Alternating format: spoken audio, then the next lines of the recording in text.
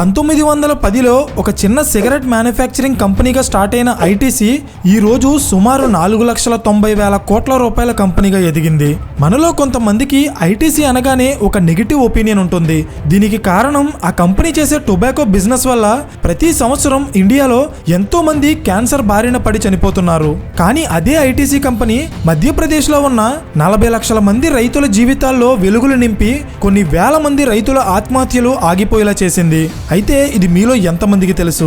World health organisation WHO publish చేసిన reports ప్రకారం ప్రతి సంవత్సరం సిగరెట్స్ కాల్చడం వల్ల డైరెక్ట్ గా సుమారు 80 లక్షల మంది చనిపోతుంటే వాళ్ళ పక్క నుండి ఆ గాలి పీల్చడం వల్ల ఇండైరెక్ట్ గా 12 లక్షల మంది చనిపోతున్నారు. అయితే మీకు ఎప్పుడైనా డౌట్ వచ్చిందా? మనుషులు ప్రాణాలు తీసే ఈ సిగరెట్స్ అండ్ పాన్ మసాలా మీద క్యాన్సర్ వస్తుందని ప్రింట్ చేసి అమ్మే బదులు అసలు అమ్మడమే మానేయచ్చు కదా. దీని వెనకున్న లాజిక్ అర్థం కావాలంటే అసలు ఐటీసీ చేసే వ్యాపారం ఏంటి అండ్ దానివల్ల గవర్నమెంట్ కి ట్యాక్స్ రూపంలో ఎంత లాభం వస్తుంది అనేది మీకు అర్థం కావాలి. ఐటీసీ బిజినెస్ కోసం చెప్పాలంటే నిజానికి ఒక రోజు మొత్తం సరిపోదు. ఎందుకంటే సిగరెట్ మ్యానుఫ్యాక్చరింగ్ నుండి 7 స్టార్ హోటల్ వరకు ఐటీసీ కంపెనీలో సుమారు 30కి పైగా బ్రాండెడ్ ప్రొడక్ట్స్ ఉన్నాయి. కానీ ఐటీసీ కంపెనీకి 50 to 60% రెవెన్యూ మాత్రం కేవలం 2 బిజినెస్ నుండే వస్తుంది. అవే సిగరెట్స్ అండ్ అగ్రికల్చరల్ ఎక్స్పోర్ట్స్. అయితే ఇక్కడ పాయింట్ ఏంటంటే ఐటీసీ కంపెనీకి సుమారు 50 to 60% రెవెన్యూ కేవలం 2 బిజినెస్ల నుండే వస్తుంటే మరి ఈ కంపెనీ ఇన్ని వ్యాపారాలు ఎందుకు చేస్తుంది అండ్ దీని వెనుకున్న సీక్రెట్ ఏంటో నేను ఈ వీడియోలో చెప్పబోతున్నాను. Hello everyone, welcome to today's video and this is your friend Surya. 1910లో ఇంపీరియల్ టొబాకో కంపెనీ లిమిటెడ్ గా ఇండియాలో రిజిస్టర్ అయిన ఐటీసీ కంపెనీ ఇనీషియల్ డేస్ లో WD and HO Wills under లో బ్రిటిష్ ఓన్డ్ కంపెనీగా ఉండేది.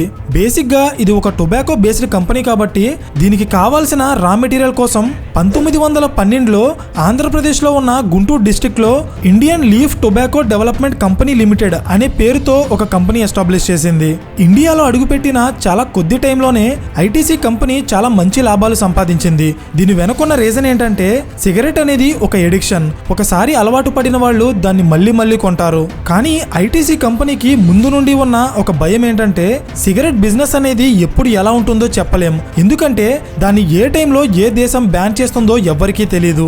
సో ఇండియాలో వాళ్ళకి వచ్చిన బిజినెస్ అండ్ మార్కెట్ షేర్ కేవలం సిగరెట్ కి మాత్రమే పరిమితం కాకూడదని ఐటీసీ కంపెనీ సిగరెట్స్ తో పాటు వేరే ప్రొడక్ట్స్ కూడా తయారు చేసి అమ్మడం స్టార్ట్ చేసింది. 1970లో ఇంపీరియల్ టొబాకో కంపెనీగా ఉన్న ఐటీసీ ఇండియన్ టొబాకో కంపెనీగా దాని పేరు మార్చుకుంది. కానీ ఇక్కడే ఒక ప్రాబ్లం వచ్చింది. అదేంటంటే ఐటీసీ కంపెనీ సిగరెట్స్ తో పాటు వేరే ప్రొడక్ట్స్ కూడా తయారు చేసి అమ్మడానికి డిసైడ్ అయింది. కానీ ఆ కంపెనీ నేమ్ లో టొబాకో అని ఉంటే అది కొనే వాళ్ళకి ఇబ్బందిగా ఉంటుంది కాబట్టి 1974లో ఇండియన్ టొబాకో కంపెనీని ఐటీసీ లిమిటెడ్ అని షార్ట్ ఫామ్ లో రిజిస్టర్ చేశారు. ఇక్కడి నుండే ఐటీసీ కంపెనీ గ్రోత్ స్టార్ట్ అయింది.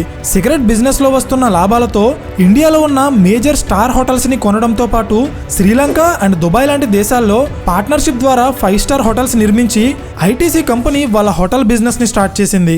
ఏ కంపెనీ అయినా స్పీడ్ గా డెవలప్ అయ్యి మంచి లాభాలు సంపాదిస్తుందంటే అప్పుడు ఖచ్చితంగా గవర్నమెంట్ కి కట్టాల్సిన ట్యాక్స్ కూడా పెరుగుతుంది. సో ఈ ట్యాక్స్ ని ఎగ్గొట్టడానికి చాలా కంపెనీస్ సేవా కార్యక్రమాలు చేస్తాయి. అలాగే ఐటీసీ కంపెనీ కూడా ఉమ్మడి ఆంధ్రప్రదేశ్ లో ఉన్న సారపాక అనే ఎకనామికల్లీ బ్యాక్వర్డ్ ఏరియాని దత్తత తీసుకుని డెవలప్ చేసింది. ప్రెజెంట్ ఈ సారపాక అనే ఏరియా తెలంగాణ స్టేట్ లో ఉన్న భద్రాచలం డిస్ట్రిక్ట్ లో ఉంది. ఐటీసీ కంపెనీ అన్ని ఏజ్ గ్రూప్స్ ని అండ్ అలాగే అన్ని ఎకనామిక్ క్లాసెస్ ని కవర్ చేసేలా వాళ్ళ ప్రొడక్ట్స్ ని లాంచ్ చేస్తుంది. ఫర్ ఎగ్జాంపుల్ మిడిల్ క్లాస్ వాళ్ళని టార్గెట్ చేసి FMCG బిజినెస్ చేస్తే రిచ్ పీపుల్ ని టార్గెట్ చేసి 7 star and 5 star hotel business run చేస్తుంది. ఇక్కడ మనం అర్థం చేసుకోవాల్సిన విషయం ఏంటంటే ఐటీసీ కంపెనీకి సిగరెట్ బిజినెస్ లో ఎంత లాభం వచ్చినా ఆ లాభాలతో కొత్త బిజినెస్ వెంచర్ స్టార్ట్ చేసి ఇండియాలో ఉన్న ప్రతి మూలకి వాళ్ళ బిజినెస్ ఎక్స్పాండ్ చేసింది.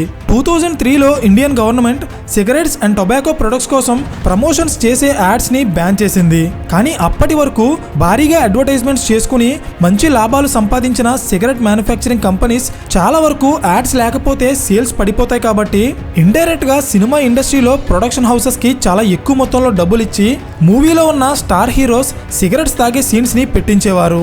అందుకే ధూమపానం మద్యపానం ప్రాణానికి హానికరమని మూవీ స్టార్టింగ్ లో చెప్పినా ఈ రెండూ లేకుండా మీరు ఇండియాలో 99% ఏ మూవీ కూడా చూపించలేరు. దీనికి రీజన్ ఏంటంటే ఇండైరెక్ట్ మార్కెటింగ్. ప్రతి మూవీలో ఈ సిగరెట్ కంపెనీస్ ఎలా ఇండైరెక్ట్ మార్కెటింగ్ చేస్తున్నారంటే నో, కానీ 2003 టైంలో సడన్ గా యాడ్స్ ని బ్యాన్ చేయడం వల్ల ఈ ఇండైరెక్ట్ మార్కెటింగ్ అనేది చాలా ఎక్కువగా జరిగేది.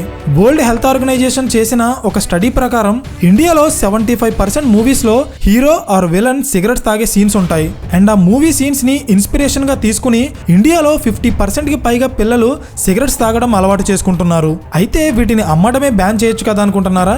దీని వెనకున్న లాజిక్ చెప్తా చూడండి. 2020లో గవర్నమెంట్ ఆఫ్ ఇండియాకి కేవలం సిగరెట్స్ మీద వేసిన ట్యాక్స్ ద్వారా 35,600 కోట్ల రూపాయలకి పైగా ఆదాయం వచ్చింది.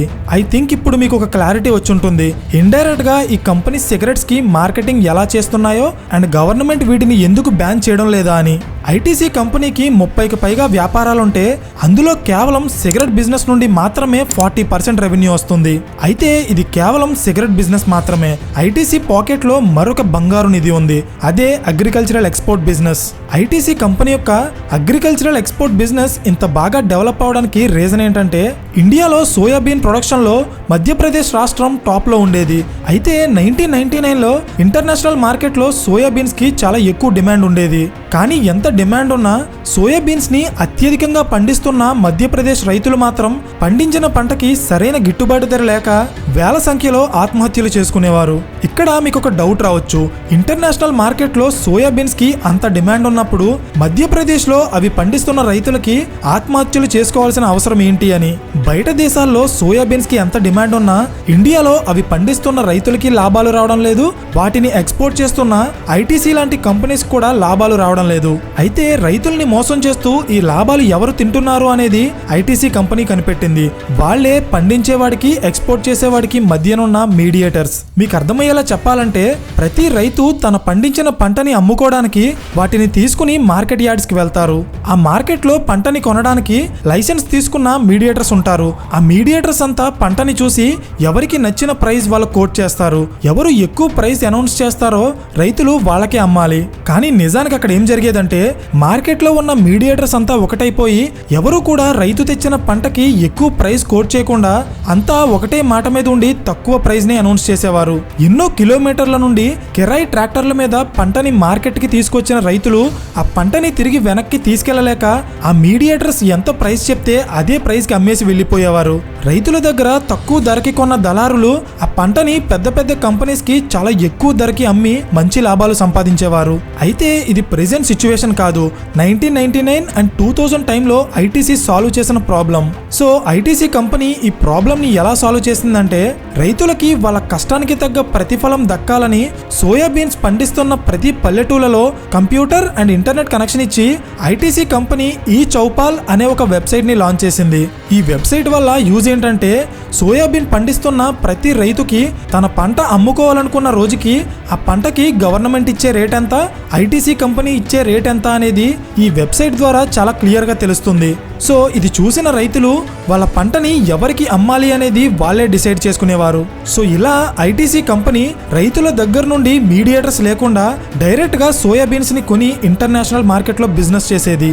సో మై డియర్ ఆడియన్స్, నేను చెప్పేది మీకు నమ్మడానికి వింతగా అనిపించవచ్చు, కానీ ఈ ఒక్క వెబ్సైట్ ద్వారానే మధ్యప్రదేశ్ రాష్ట్రంలో 30,000కి పైగా పల్లెటూర్లలో నివసిస్తున్న 40 లక్షల మందికి పైగా రైతుల జీవితాలు ఐటీసీ కంపెనీ మార్చింది. కొన్ని దశాబ్దాలుగా వ్యవసాయంలో నష్టాలు మాత్రమే చూస్తూ ఆత్మహత్యలు చేసుకుంటున్న రైతులు మొట్టమొదటిగా లాభాలు చూసేలా చేసింది ఐటీసీ కంపెనీయే. నిజానికి ఐటీసీ కంపెనీ ఇండియాలో మంచి చేసినా చెడు చేసినా ఒక బిజినెస్ పాయింట్ ఆఫ్ వ్యూలోనే చేసింది. బట్ స్టిల్ ఈ వీడియో చూస్తున్న వాళ్ళలో కొంతమందికి ఈ డౌట్ రావచ్చు, కరోనా టైంలో ఈ కంపెనీ చాలా ఎక్కువగా నష్టపోయింది కదా అని. ఎస్, 2020లో కరోనా వచ్చిన తర్వాత ఇండియాలో జనాలు సడన్ గా హెల్త్ కాన్షియస్ గా మారిపోయి సిగరెట్స్ కాల్చడం తగ్గించేశారు. అండ్ అదే టైంలో ఐటీసీ కంపెనీ వాళ్ళ బిజినెస్ లో చాలా ఎక్కువగా నష్టపోయింది. కానీ అలాంటి క్రిటికల్ టైంలో కూడా ఐటీసీ కంపెనీ సస్టైన్ అవ్వడానికి కారణం ఏంటో తెలుసా? Business diversification. అంటే ఐటీసీ కంపెనీకి మేజర్ గా వాళ్ళ రెవెన్యూ 2 బిజినెస్ నుండే వస్తున్నా సరే ఈ కంపెనీ మాత్రం డిఫరెంట్ బిజినెస్ లో స్టార్ట్ చేసింది. Like FMCG, software industry, packaging industry etcetera. ఇవన్నీ కూడా కరోనా టైంలో మంచిగా బిజినెస్ చేసి ఐటీసీకి మంచి ప్రాఫిట్స్ ఇచ్చాయి. సో దీని కారణంగానే ఐటీసీ తన మల్టిపుల్ బిజినెస్ లో వచ్చిన ప్రాఫిట్ అండ్ లాస్ ని బ్యాలెన్స్ చేసుకుని లాంగ్ టర్మ్ లో ఒక సక్సెస్ఫుల్ కంపెనీగా నిలబడింది. సో ఫైనలీ ఈ కేస్ స్టడీ నుండి మనం నేర్చుకోవాల్సిన కొన్ని ఇంపార్టెంట్ పాయింట్స్ ఏంటంటే, point number 1, always think futuristic. అంటే ప్రెసెంట్ మీరు స్టార్ట్ చేసిన బిజినెస్ ఎంత సక్సెస్ఫుల్ గా రన్ అవుతున్నా ఫ్యూచర్లో ఎలాంటి సిచ్యువేషన్లో అయినా దాన్ని కాపాడుకోవడానికి మీరు సరైన నిర్ణయాలు తీసుకోలేకపోతే ఆ బిజినెస్ సస్టైన్ అవ్వడం అనేది చాలా కష్టం. Point number 2, always try to solve the problem in market.